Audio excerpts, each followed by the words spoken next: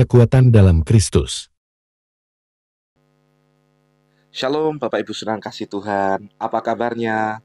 Amazing, nothing missing, nothing broken. Saudara, hari ini saya memberikan renungan hari ini bicara tentang kekuatan di dalam Kristus. Haleluya.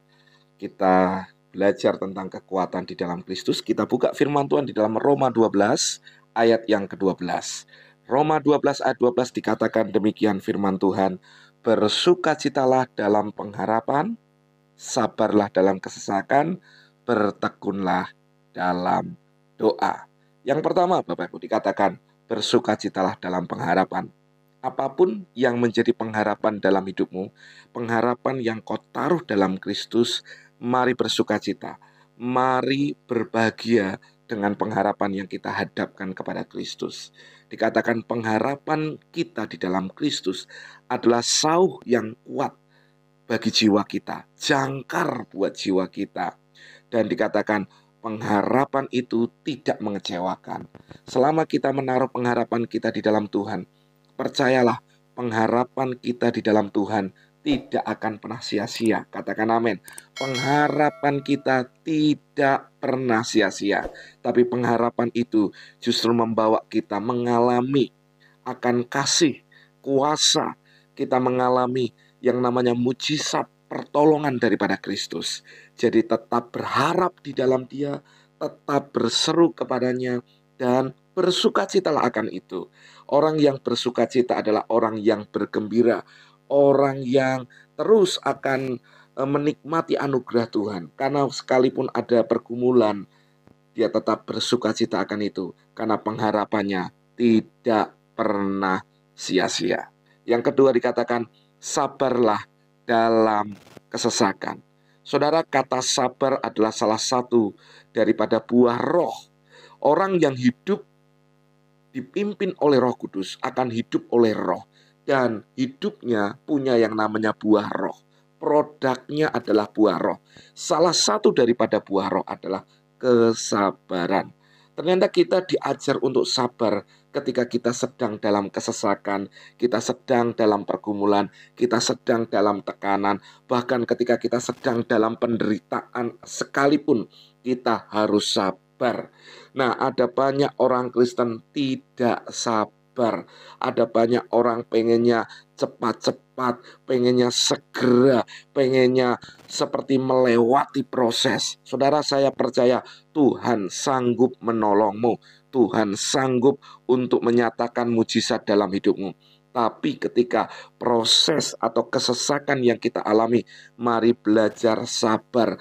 Kata sabar artinya dia tidak menyerah, tetapi dia juga tetap percaya kepada Tuhan. Orang yang sabar adalah orang yang tetap mempercayai bahwa Tuhan punya waktu untuk menolongnya. Ada kairos Tuhan, di mana Tuhan tolong kita, Tuhan akan datang menyatakan mujizatnya buat kita. Saudara tidak memaksa Tuhan, saudara tidak menyuruh-nyuruh Tuhan, tapi saudara sabar dalam kesesakanmu. Percaya bahwa rancangan Tuhan dalam hidupmu adalah rancangan damai sejahtera, bukan rancangan kecelakaan, untuk memberikan kepada Bapak, Ibu, Saudara semua hari depan yang penuh harapan. Ayo, saya mengajak kita sabar. Sabar di tengah pergumulan, sabar di dalam kesesakan. Jangan biarkan hatimu hari ini ketika engkau menghadapi yang namanya kesesakan, kita memilih bersungut-sungut, kita marah, kita mengeluh, bahkan kita mengomel dengan mulut kita yang tidak benar. Tapi hari ini kita sabar, kita tetap bersyukur karena ada kuasa di dalam ucapan syukur kita. Saudara, ucapan syukur kita ketika kita tetap naikkan di tengah penderitaan pergumulan kita, itu akan menjadi korban syukur kepada Tuhan. Kita menjadi orang-orang yang tetap menikmati anugerah Tuhan. Katakan amin. Selanjutnya dikatakan bahwa bertekunlah dalam doa. Yang ketiga, saudara, kekuatan di dalam Kristus adalah waktu kita ini bertekun dalam doa. Apa itu doa? Doa adalah komunikasi. Doa adalah persekutuan kita dengan Tuhan. Kalau di dalam surat Roma ini, Rasul Paulus menuliskan bertekunlah dalam doa. Kita bukan hanya sekedar berdoa saja, tetapi kita terus bertekun dalam doa. Doa sebagai nafas orang percaya. Doa sebagai yang namanya kehidupan orang percaya. Maka kita perlu bertekun, melatih diri kita untuk berdoa. Suatu kali Yesus pernah menegur murid-muridnya. Ketika murid-muridnya mereka sudah terlelap tidur, maka Yesus berkata kepadanya, "Tidak sanggupkah engkau berjaga-jaga 1 jam lamanya untuk berdoa dengan dia?" Kenapa? Karena orang yang bertekun dalam doa, dia akan mengerti kehendak Tuhan. Orang yang berdoa, dia akan ngerti hatinya Tuhan. Orang yang berdoa, dia akan lebih percaya, dia akan lebih menyadari bahwa Tuhan bersamanya.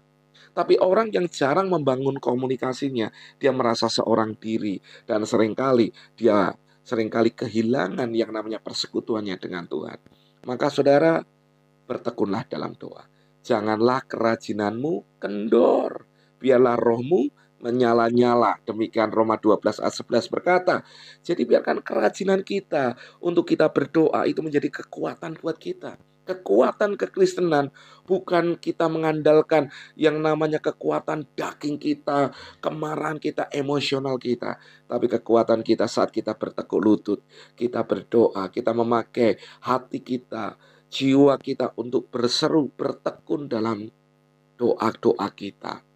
Di tengah malam, tengah hari, ketika Tuhan membangunkan kita, kita berdoa. Di pagi hari ketika kita bangun, kita berdoa. Di siang hari, di jam-jam ketika kita break dalam pekerjaan, kita berdoa. Bahkan dalam seluruh aspek kita, di hari-hari kita tetap berdoa.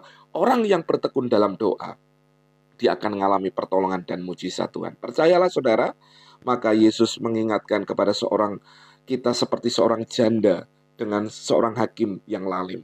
Di mana janda ini terus dengan konsisten mendatangi hakim itu. Dan seolah-olah buat hakim yang lalim ini, janda ini menyusahkannya. Maka sampai akhirnya hakim ini membela perkara daripada janda ini. Dan demikianlah Alkitab berkata, tidakkah Tuhan akan membenarkan orang-orang pilihannya yang berseru siang malam kepada Bapa.